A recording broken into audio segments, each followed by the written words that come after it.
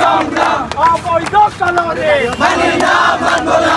তুমি কে আমি কে তেরোয়ের হাতিয়ার গর্জে ওঠো আরেকবার, ৪৭-এর হাতিয়ার গর্জে ওঠো আরেকবার, ২৭-এর হাতিয়ার গর্জে ওঠো আরেকবার।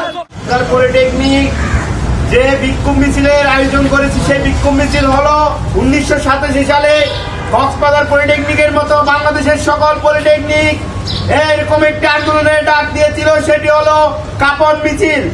আমাদের এই কাপন মিছিলের উদ্দেশ্য একটাই, আমাদের মৃত্যু হতে পারে তবুও আমাদের পলিটেকনিকের কোনো ছাত্র হাল ছাড়বে না আমাদের ১০ম গ্রেডকে আঁকড়ে ধরার জন্য। আমরা আমাদের জীবনের সর্বোচ্চটুকু দেওয়ার জন্য প্রস্তুত। এটা বাংলাদেশের প্রতিটি আনাচে কানাচে বুঝিয়ে দিতে আজকে আন্দোলনের ডাক দিয়েছি।